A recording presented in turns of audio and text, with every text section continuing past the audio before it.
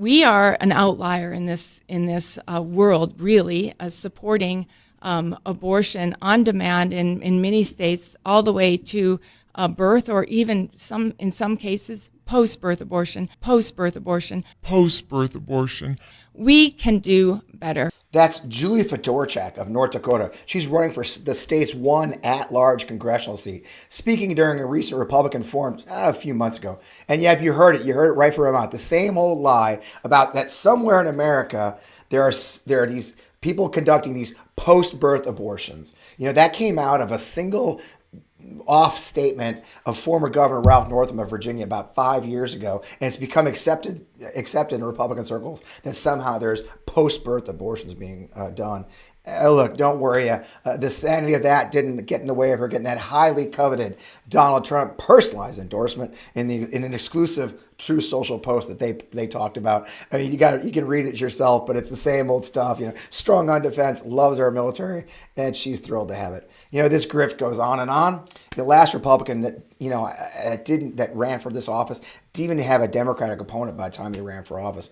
But you know what? Julie is the nominee this time, and she does have competition, and she's got good competition. Trygve Hammer is a former Marine, served in Iraq at the same time I did. He's been a roughneck on oil field rigs, a freight rail conductor, and a science teacher for grades 7 through 12 at a rural North Dakota school.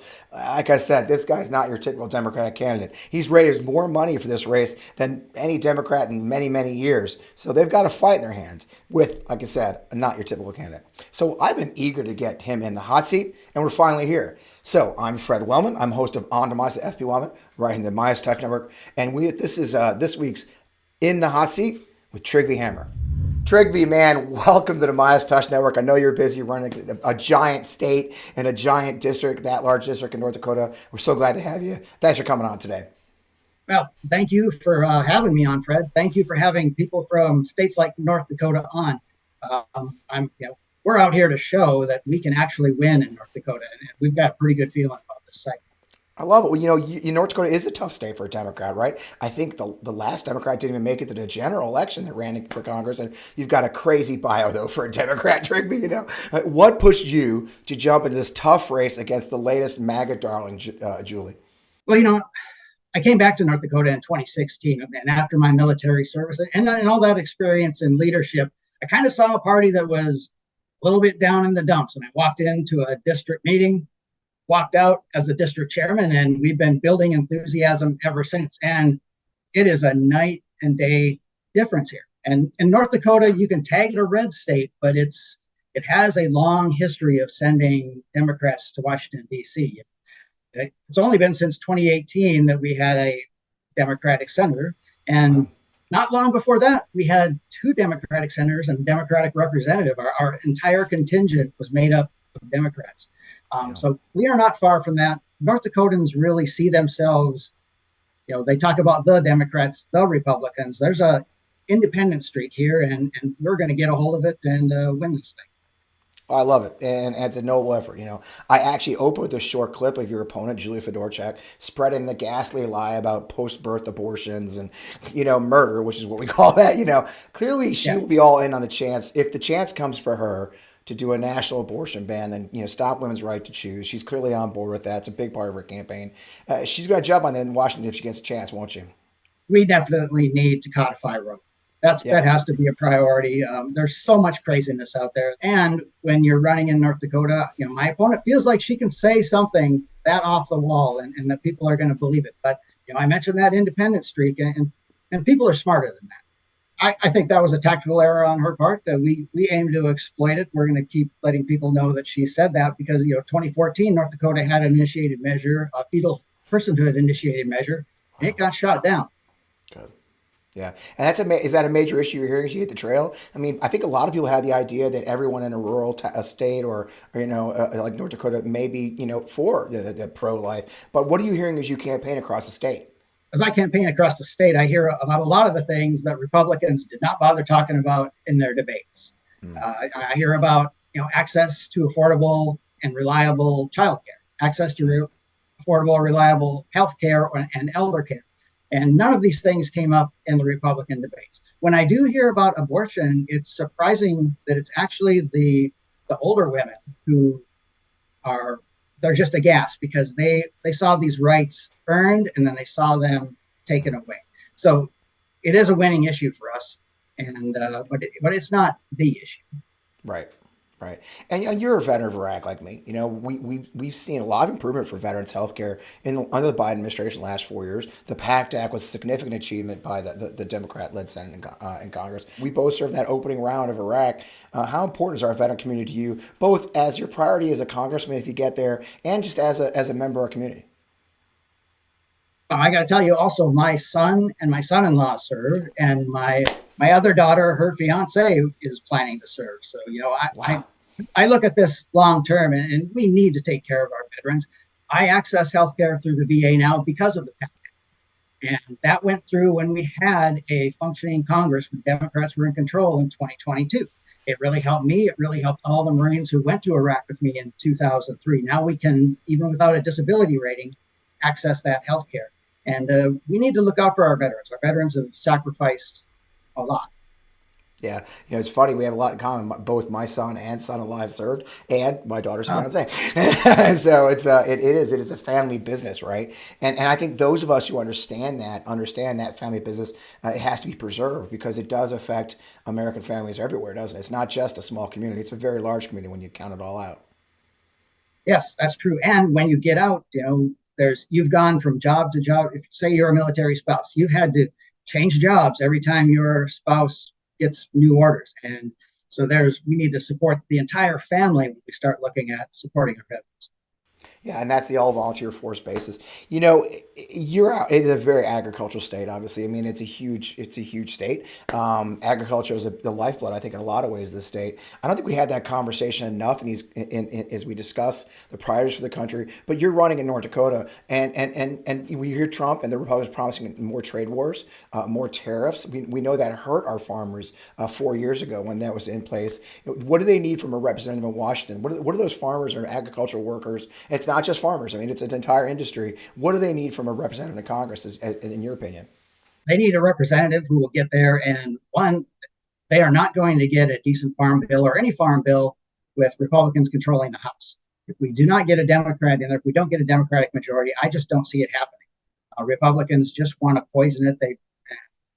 I'm not saying every Republican, but that cabal of Republicans that control the House, they don't care about a farm bill getting out there. They don't care about farmers. And the other thing that we've seen in the ag industry and that we've seen in a lot of industries is all the consolidation. We got 4 meat packers that control almost the entire industry in the United States, and it has not been good for ranchers. And that consolidation really threatens our family farms and our family ranches.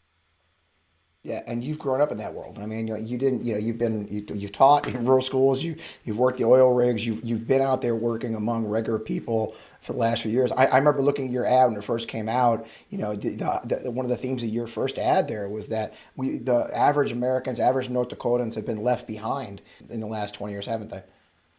Yeah, and a lot of people feel that way for a good reason. We had a recession in 2001. Just as family incomes got back to where they had been, we got hit with the Great Recession, and then there were people who were too big to fail, and the rest of us were left feeling too small to matter.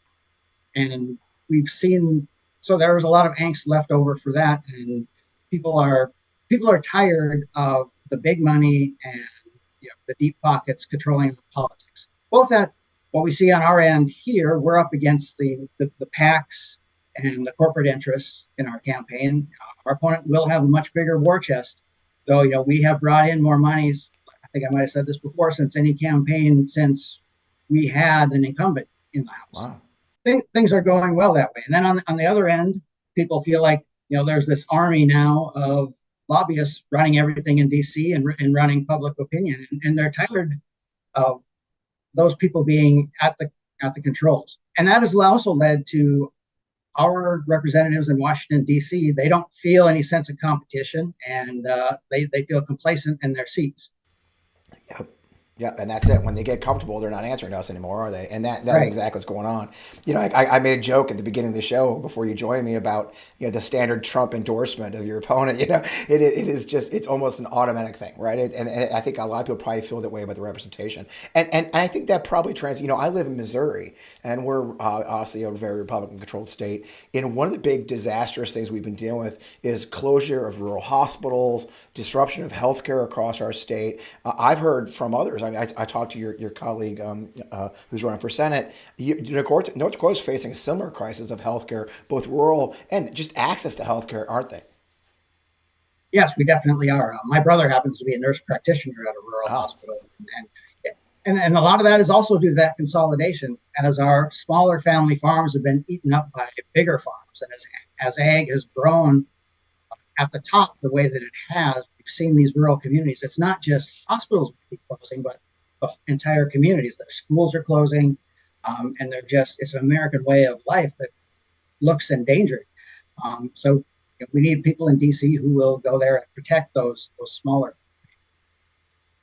yeah, and just the average American to make sure they have access to achievement, and that goes to. I mean, you're a teacher, right? You've taught. Are you seeing this crisis in your schools as well? I mean, even in the cities, aren't they? I mean, I think everyone's facing this onslaught at every level. Yes, it's definitely true. And we're also seeing the attacks here. They're trying to get the school voucher programs, even though we're a rural state with hardly any private schools. Private schools are only in the cities, so it's really pulling even more from these rural districts, and we need to stand up and fight against that. Well, that's the whole thing about school choice. It's school choice for thee and not for thy. It is. If there's no private school to go to, then all you're doing is taking money away from rural schools. Well, it sounds like you got a lot on your plate to deal with, and it sounds like you're in the momentum and doing something different. You're definitely a different kind of candidate, as we can see, and it's great to talk to a fellow veteran. I always ask the most important question at the end of these interviews. They're short interviews. The most important one of them all for our Midas Mighty is, where can they find you? How can they chip in? And what kind of help can they give you? Well, you can find us at hammerfornd.com. That's hammer, FORND.com. And you can reach us there at info@hammerfornd.com. And of course, we need financial help everywhere we can get it, but and any moral support you can give us. And I just want people to understand that we really can win this race. Yeah, and that's the key. And we fight everywhere, we run everywhere. That's why I enjoy interviews with candidates, ones you may have heard of from big states, but even more importantly, guys like you who have decided to step up. And I always say this, and the funny thing about being veterans, I bet Triggy, is we're constantly being thanked for our service, right?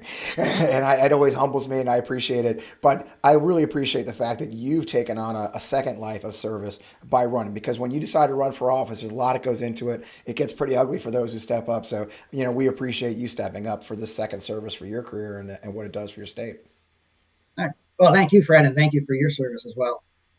All right, bro. Well, great talking to you. I'm going to let you get back on the road. Good talking. Good luck out there, Trygve. I can't wait to keep in touch, okay? All right. Thanks, Fred. See you later. Thank you. Man, another fascinating conversation. I love talking to fellow veterans, even if they're Marines like Trygve is. Important races everywhere. Everybody's going to count these races out. Oh, they lost by 30 points last time. Look, folks, if we don't run everywhere and support every candidate, we're never going to turn this thing around. And I know it's easy to be despondent right now with all the crazy stuff going on around the presidency and everything else. This is why I do this. You need to understand. The fight continues for our democracy. We're going to have to pick what way we want to go. And folks like Trygve Hammer stepping up to run for Congress are what matter. So, again, I am Fred Wellman, host of On Democracy with FP Wellman, right here in the MeidasTouch Network. We post new videos every Friday night at 11. I hope to catch them. In the meantime, keep up the fight for our democracy. It matters.